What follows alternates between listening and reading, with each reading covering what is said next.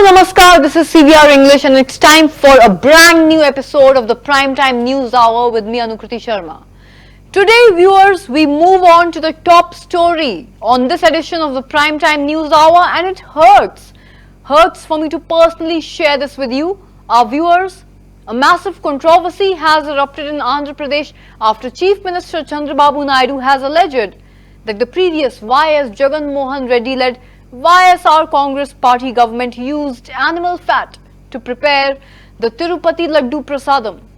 Echoing Naidu's charge, TDP national spokesperson Anam Venkataraman Reddy, in a sensational press conference, unveiled the test reports, clearly indicating that adulterated oil containing beef fat, fish oil and also lard, that is pig fat, was being used in the ghee in Tirumala's Prasadam.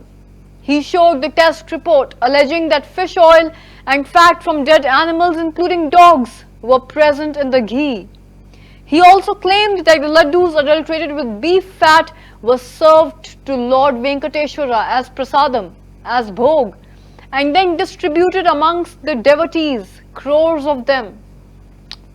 Viewers, on this news hour, we are showing you these test reports. I'm going to put these test reports up for you, and you can see these test reports right from above the cameras, and it hurts, ladies and gentlemen. It really hurts talking to you about these reports. It says there are two reports, AB 023654 and AB 023655. So one after the other, and the report's issue date is 24th of July this year. So the tests have been conducted soon after the bureaucrats running the Tirumala were transferred and the new set of bureaucrats were appointed, and this is what was done. The important part is towards the end of these reports, viewers, and I'm going to tell you what the test reports say towards the end on both the sample reports. Look at the findings here, the annexure of both the sample reports. Look at the findings in the very first row. It very clearly says that the ghee used in the preparation of the Tirupati Prasadam was not pure cow ghee. There is presence of vegetable and animal fat in it. Soya bean, sunflower, olive oil, rapeseed, the list goes on, linseed, wheat germ, maize germ, cotton seed, even fish oil. The second row says there is also the presence of palm kernel fat, and then it says palm oil and beef tallow, that's the fat from the beef. And the last row says there's the presence of lard. Look up the meaning of the word lard, viewers. Look up what the word lard stands for. Lard is pig fat, ladies and gentlemen. This is saturated pig fat. Shifting focus to Tirupati, now the Chief Minister of the state of Andhra Pradesh has triggered a political storm by accusing the previous YSR Congress party government of using animal fat in preparing the highly revered holy offering, the sweet prasadam or the laddu, which is offered as the prasad. The Tirupati Laddu is a popular sacred sweet offered at the Sri Venkateshwara temple. For those who need some context here, Chief Minister N. Chandrababu Naidu claimed that between 2019 and 2024, the YSR-CP regime led by Jagan Mohan Reddy allowed the use of animal fat in the preparation of the Tirupati Laddu offering. The YSR Congress party, led by Jagan Mohan Reddy, has denied these severe allegations. A senior party leader and former chairperson of the temple board called Naidu's statements quote-unquote malicious and accused the Telugu Desam party or the TDP leader of stooping to any low level for political gains. During the previous regime, the iconic Laddu Prasad came under frequent scrutiny and controversy, with Naidu's Telugu Desam party often criticizing its quality. The TTD recently conducted an in-house assessment in consultation with the dairy experts, and guess what they discovered? They discovered that the quality of the ghee that is being used in preparing this sweet plays a major role in determining the taste and the flavor of the laddus. So this is not pure desi ghee, viewers. That's what Tirupati's laddu is supposed to be made of, pure desi ghee. Because of its purity and sanctity, it is served as bhog or prasadam to Lord Venkateshwara. That's what is served to crores of devotees across the country as well. The allegation is there is also dead meat fat like dog fat which is available in these samples, and there are other samples too. The YSRCP meanwhile has hit back, saying that if there is any solid evidence, then the ruling party should prove it or they will file a defamation suit. But this is what the reports say, viewers, clearly in black and white. The reports are dated July 24 this year, after which the procurement of ghee and milk was resumed with the Karnataka Milk Federation or Nandani. Now, viewers, note, interestingly, this procurement was halted during the YSR Jagan Mohan Reddy's regime. Ladies and gentlemen, what hurts is that the astha of crores of Hindus has been hit, and it has been hit real hard. It's been taken for a righteous oil ride. This is rotten corruption. This is also treachery. This is stabbing the faith of those who throng to Lord Venkateshwara, to the Tirumala hills with prayer and take back the prasadam as the Lord's food, as the Lord's blessings itself, and most importantly, the prasadam is served first and foremost to the Lord himself. Those who have believed that they can play with this Hindu astha, this Hindu shraddha, what should be done with them? And if this was done purely to siphon off money as an act of corruption, what should be done with such people in power? And is it okay to trample on Hindu astha like this and simply get away with it? These are questions, viewers, that resonate with not just the entire nation, but with the Hindus all over the world. This is not just a national sentiment anymore. An international Hindu sentiment has been deeply hurt, and the question arises, is it okay to play with a magnanimous Hindu sentiment in such a heinous manner? And if these reports are proving true, then what should be done with the people who have played with the purity of this international Hindu sentiment? There are many allegations that have come to the fore, but is it high time that the laddus prasadam that is served across the country, especially in Andhra Pradesh, are immediately tested? What's being done in our temples by those who claim to manage them for our people? Here's a special report.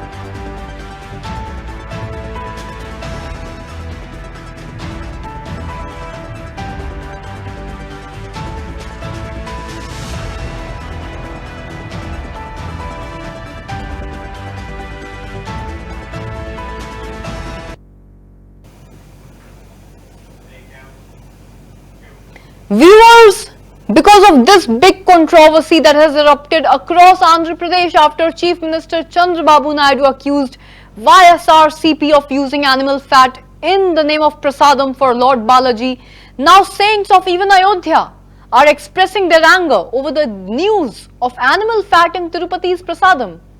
You see, viewers, followers of the Hindu Dharma or the Sanatan Dharma are present across the country, and now they are in shock after the lab report has confirmed animal fat in Tirupati's prasadam. The Hindu saints across the national states have slammed the previous Andhra government for their alleged involvement in this controversy. Now the priests are also suspecting the mixture of animal fats in Tirupati's laddus that were sent for Ayodhya's Pran Pratishtha as well. Notably, if you remember, viewers, during the January of 2024, the Tirupati Trust had prepared around 1 lakh laddus for the grand Ayodhya Ram Temple Pran Pratishtha ceremony. The Hindu saints came down heavily after the lab reports confirmed the presence of animal fat in the laddus and demanded the strictest punishment possible for the perpetrators. Yes, Ayodhya saints are furious after this lab report has come out and they are demanding strictest punishment possible. Viewers, each day the Tirupati Devasthanam prepares and distributes 300,000 laddus. In other words, if the laddus on even one day were adulterated by beef tallow and pig fat, then the devotion of at least 300,000 disciples, yes, 300,000 disciples would have been defiled by an act of sacrilege. If the sacrilege went on for several days, weeks, and even months, as some allege, then imagine how many Hindus have suffered the ultimate indignity. But judging from the lack of community pushbacks, one would have thought that nothing has happened. This, remember, is a country where a war of independence was triggered back in 1857 by the talk of beef tallow and pig fat. Perhaps Hindus have become too complacent, viewers, or they've become resigned to their second-class citizen status. Either way, had someone from the state perpetrated a sinful act of this proportion upon the Muslim community, they would have been besieged. They may have even paid the ultimate price. Not that Hindus need to react with violence, but they must at least ask for the basics. A move for accountability. More than 24 hours have passed and no action has been taken, no suo motu direction by the court, no questioning, no raids, nothing. No one, it's quite clear, takes the Hindus seriously. Perhaps because, viewers, Hindus don't take themselves seriously. This even when the new members of the TTD have come out and made some more fresh, distasteful revelations about what transpired under the previous regime. The TTD executive officer Shyamala Rao has come out and said, and I am quoting him here, "Pure ghee is expensive. Thus, cheap rated ghee was used by the previous administration. It is understood everywhere that cheaper the cost, the poorer the quality." That was the case here. The National Dairy Development Lab in Gujarat's Anand, which is a highly reputed lab, exposed these abnormalities or the parameters, and the lab test reports clearly show violations. The laddus were contaminated with various kinds of animal fats. We've immediately blacklisted the vendors. The penalties will also be imposed and due legal process will also be followed. Unquote. Worse are those in the opposition. The YSRCP Congress that was in power when allegedly the desecration of the prasadam was taking place has calmly passed the buck, viewers. Jagan Mohan Reddy, ex-Andhra Chief Minister, has come out and said Naidu, the current Chief Minister that is using this matter as a diversion. He's dropped to a new law, lying in the name of God. Ghee acquired from vendors has always gone through tests. The process of ghee procurement is transparent. Only NABL certified companies are allowed to participate. The TTD also conducts its own tests to check the products. The same report also says that false positive results can be obtained. Unquote. Now viewers, false positive results can be obtained. Of course, everything is possible. But that would usually happen when the quantity of the adulteration was just above what is marginally acceptable. Unfortunately, viewers, for the YSRCP, the adulterants themselves are in huge quantities, in very, very big quantities. And let me also tell you, viewers, that there are other problems too with this theory. And that problem is simply that, viewers, whatever you might say, at the end of the day, all these denials will be examined when and if the probe gets underway. But there's no doubt that the lens is once again on the opposition, and for highly justifiable reasons too.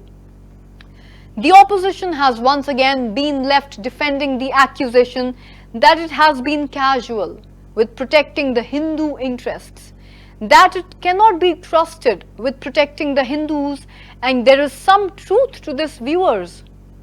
The Tirupati Prasadam sacrilege wouldn't have happened had the Hindu community had the same rights as their Muslim counterparts.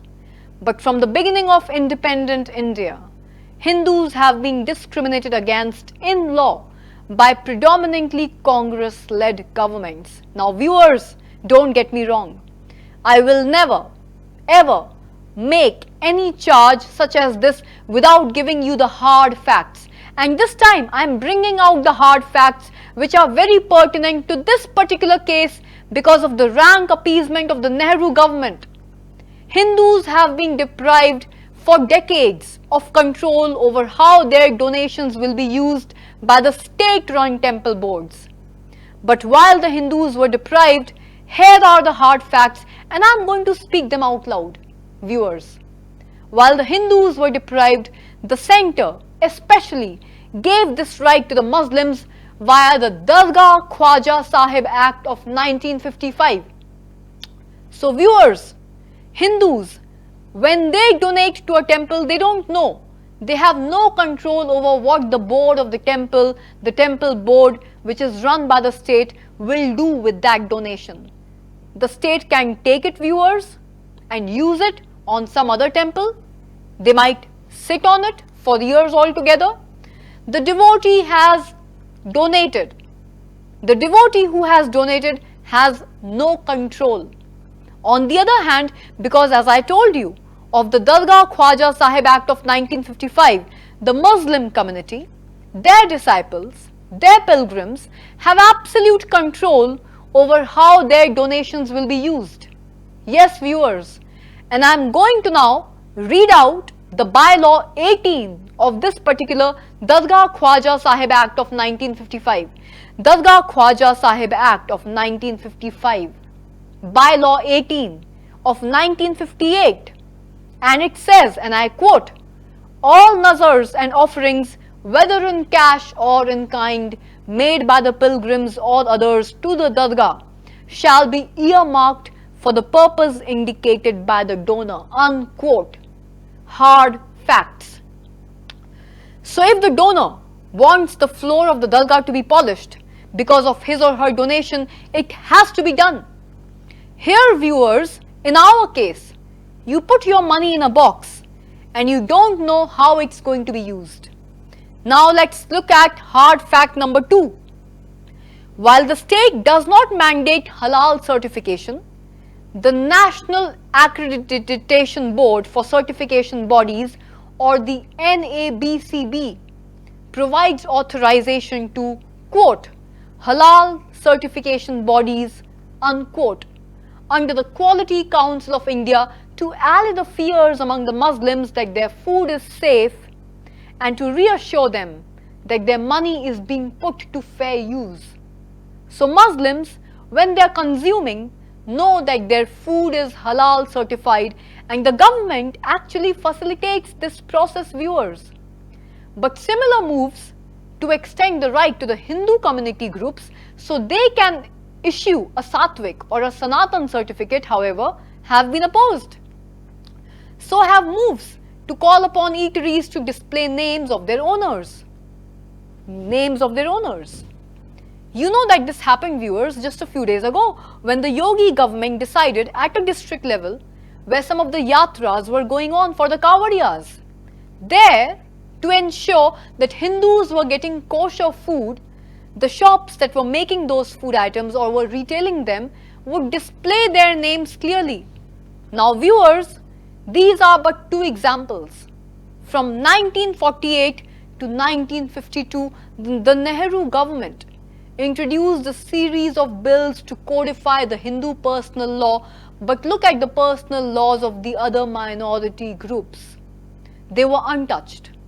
Then there was the Place of Worship Act of 1991, passed by a Congress government, that prevented mainly the Hindus from reclaiming their places of worship.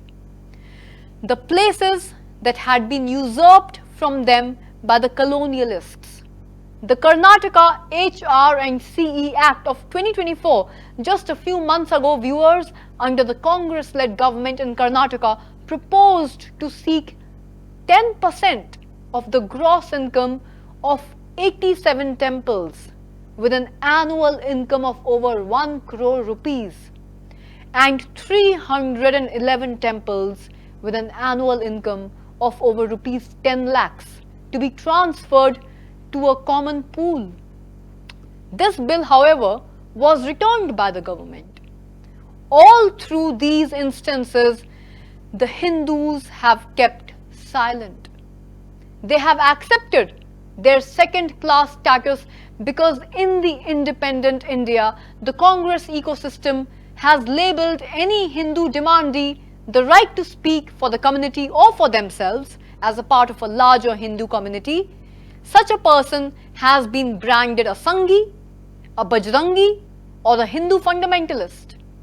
The time has come to put the Hindu back into the India, my friends. And towards that end, we are committed, viewers. I shall see you all once again tomorrow at Primetime News Hour. Until then, Jai Hind, Namaskar, and keep watching CVR English.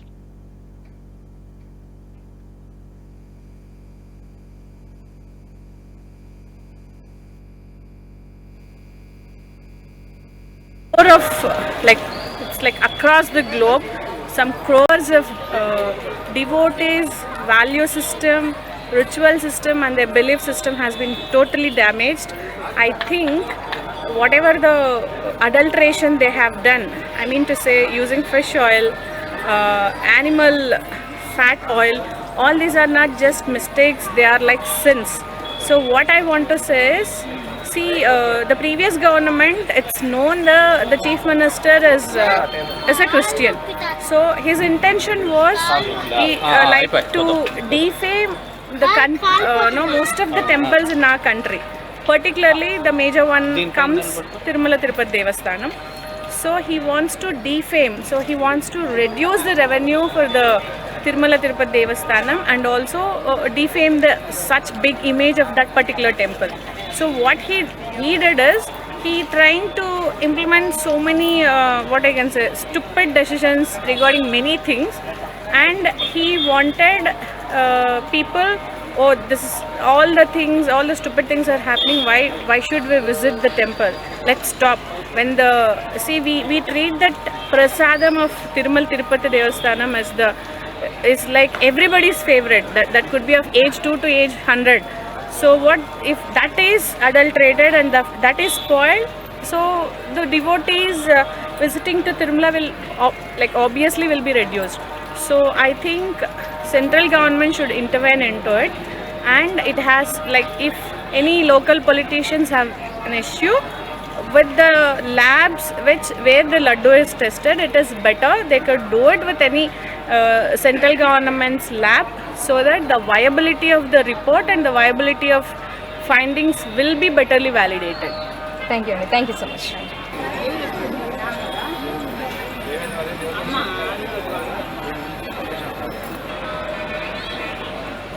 Okay, I think it's purely a political game. Each political party throwing the issue on each other. So TDP is throwing the issue on YCP, and YCP is throwing on TDP. I think it's purely political game. I don't think so. There is no issue personally, I feel. The government should immediately come out with an inquiry committee, and then they should, tell the people that what has gone wrong, right? So everybody is more or less work with a sentiment. So it is the responsibility of the government to clear it out. Thank you. In the recent past days, everyone has come across regarding the adulteration. Well, like I said, that brings me to a close of this special edition of Primetime News Hour with me, Anukriti Sharma. I shall see you once again tomorrow at 9 p.m. Primetime News Hour. Until then, it's Jai Hind, Namaskar, and proudly keep watching CVR English for all news and updates.